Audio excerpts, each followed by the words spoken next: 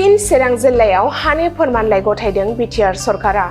हा गैजायै रायजो राजाफोरनो प्रमद बर'नि दैदेननाय UPPL सरकारा दासान्दि बिटिआरनि गुबुन गुबुन बियाब एबा ओनसोलफोराव हानि फोरमानलाइ गथायनायखौ नुनो मोनबाय थादों।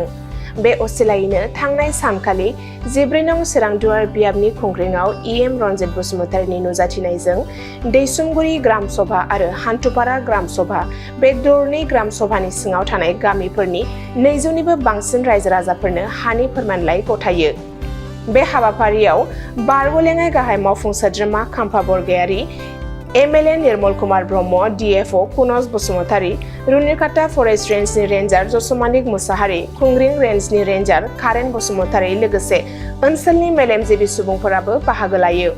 बे हाबाफारिनि बागै EM रन्जित बसुमतारी आरो बारग'लेङाइ गाहाय मावफुं सोद्रोमा खाम्फा बरगयारीया मा बुंदों फै बे समाव आबुङै मिथिना लानि।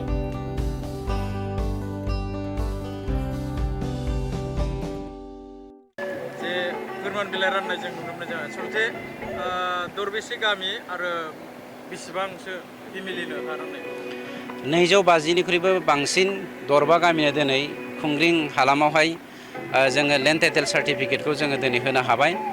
गोजोननाय मोनदों। जोंनिया नैबे सेकेन्ड फेजआवहाय 14,000 न'खरनो जोङो BTCआवहाय फरेस्ट एरियानि लेन्ड टाइटेल सार्टिफिकेटखौ जों होगोन। बे जोंनि थाखाय सेकेन्ड फेज आरो बे सेकेन्ड फेजखौ जोङो दिनैसिम खेबथाम रानबाय। सार जोङो ससियेल मिडियाफ्राव नुनो मोन्दों, निउसफ्राव नुनो मोन्दों कि बारग' चिफ हाग्रामा महिलारि बिथाङा ज' जानायनि इउनाइटेड जानायनि माखासे खोथा बुंदों आरो बिनि गेजेरावनो बियो खोथा बुंबावदों कि BTR बा प्रमद बर' चिफ जागोन आरो BTC बा आं चिफ जागोन होननानै। ओमफ्राय जेब्ला BPA बा हाग्रामाया खैफोदाव दङमोन अब्ला BPL खौसे जानायनि माबा खालामाखैमोन, खिन्थु दा प्रमद बर'आ खैफोदाव गोलैदों, बेनि थाखाय खौसे जानांगौ बिदि बे खोथाखौ बुंदों। सारा मा बुङो बिनि सायाव? मानगोदेर चिफ प्रमद बर' बिथाङा सिगांनिफ्रायनो बुंबोगासिनो दङ जे राजखान्थिया हारिनिख्रुइ देरसिन जानो हाया। हारिया जेब्ला खैफोदाव गोग्लैगोन जोङो राजखान्थिखौ सेक्रिफाइस खालामनो रेडि होननानै। आरो थारैनो दिनै जोङो जुदिअ राजखान्थि हान्जायाव दङ आरो सरकारनि जोङो दैदेनगिरि जानानै बा सामलायगिरि जानानै जोङो दङब्लाबो मोनसे बाथ्राखौ बुंगोन, जोङो राजखान्थि खालामदों केवल मात्र हारिखौ गोजौआव बोखोनायनि थाखाय, बर'फोरनि जा गेरेमसा हारि दानायनि सिमां बेखौ जोङो मोगथाङाव जाफुंसार होनायनि थाखाय। मोनसे बाथ्रा बिथाङा होनदों खौसेथि जानायनि। दिनैनिफ्राय बोसोरसे सिगां जोंनि UPPL दोलोनि नारसिननायावनो खौसेथिनि बाथ्राया सोलिदोंमोन। जों बयबो मिथिखागौ। मैया मानगोदेर जोंनि बा आगुनि डेपुटि चिफ खाम्फा बरगयारीया जा बाथ्रा बुंदों बिथाङा सैथोखौनो बुंदों। बिथांमोनखौनो दायथ' होदोंमोन हाग्रामाया सावरायनो, नाथाय बिथांमोननि सावरायनायनि जा फिथाइ बे फिथाइखौ हाग्रामाया मालाबाबो खोनासंनो लुबैयाखैमोन। बेखौ जोंनि खुगाजों जों बुङा, मानोना जों मोनथिजोबलायखायो।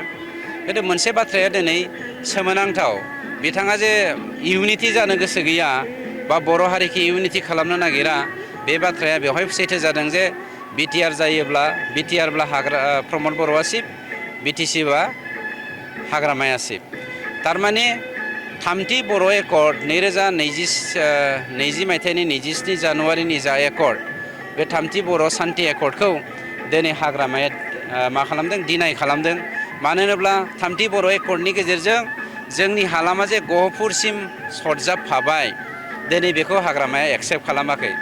BTC माने मा? BTC माने पासनय दैमा। BTR माने मा? BTR माने गहपुरसिम।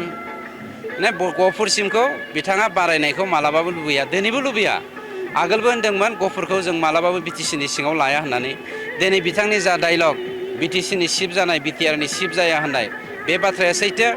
जोङो बिसनाथ सारियालि मा होनो ढेकियाजुलिनिफ्राय लानानै जोंनि थांनाय जों गहपुरसिम लखिमपुर एटासिम जा जोंनि मोननै गोदान जिल्ला, बे गोदान जिल्लाखौ हाग्रामाया गनायनो नागिराखै। बेनिखायनो एन्सारनि जा फिथाइ, बे फिथाइया गहपुर, सनितपुर, ढेकियाजुलि बेफोरनि हालामनि रायजोफोरनि आखायावसो थांबाय। दा बिथाङा थारैनो गहपुरनि मानसिखौ नाङा ना अनलि माबासिमल' पासनय दैमासिमल' BTCखौ नांगौ? बेनि एन्सारखौ रायजो राजाफोरा हाग्रामानाव बिनांगौ। अब्ला बर'फ्रा बा बर'नि दैदेनगिरिफ्रा खौसे जायैनि गुबै जाहोना हाग्रामायानो होनना सानो नामा सारा? बेनो जेरावहाय जोङो गासैबो बर' हालामखौ जथायै लानानै बर' हारिखौ खौसे खालामनायनि बाथ्रा लादों। बिथांनि बिटिसिनि सिफ जागोन बिटिआरनि सिफ जाया होननाय रावा बेनो। गहपुरसिम बर'फोरनि खौसे जानायखौ बिथाङा लुबैया आरो दिनै गासैबो जोंनि माहारियारि आफादफोरखौ लाफानानै बा राजखान्थि हान्जाफोरखौ लाफानानै जथाय जानायनि जा जोंनि UPPL दोलोनिफ्राय जोंनि प्रप'जाल होनाय बे प्रप'जालखौ बिथाङा एक्सेप्ट खालामाखै बेखौ थोंजोङै बा खेंस्लायै बिथाङा बुंथिना होनाय जाखाबाय। बिथाङा जामारनो गोसोब्ला नोंथांमोना मा सानो? बिथाङा जानो गोसोब्ला जोंनि दरजाया जेब्लायबो खुला, खिन्थु आं बेखौनो मिथिगौ हाग्रामाया बे थखन थुनाय अबस्थायाव UPPL दोलोजों इउनिटि जानो मालाबाबो फैया। गामिफ्रा हा मोननो हायाखैमोन दिनैहाय जे हा राननाय हाबाफारिखौ खुंफुंबाय। आसलथे बेसेबांसो गामि आरो बेसेबां न'खरा हा मोननो हादों? खुंग्रिंआ जाहैबाय फरेस्ट भिलेज। बाहाय मोनबा रेकगनाइज फरेस्ट भिलेज दङ।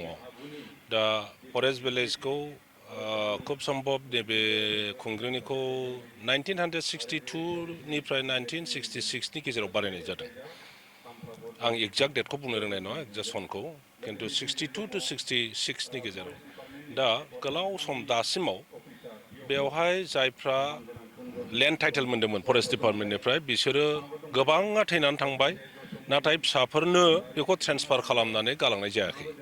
आरो फरेस्ट डिपार्टमेन्टनिफ्राय बेबायदि सार्भे खालामनानै फिसाफोरनो माने बिफानि हाखौ माने माबा होलांनाय खालायना होनाय बे खामानिया जाथ'नानै फैयाखैमोन।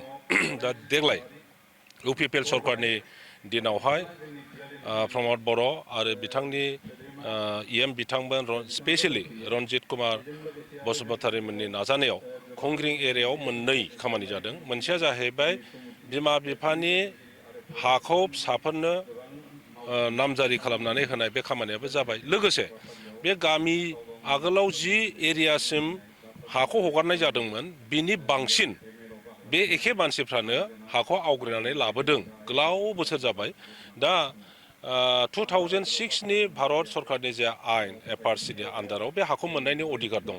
दा बेफोरखौबो सार्भे खालामनानै खालामजोबनाय जादों आरो नै दिनैहाय मोननै गामिनि आधाराव 265 फेमिलिनो बेबायदि लेन्ड टाइटेल होनाय जादों।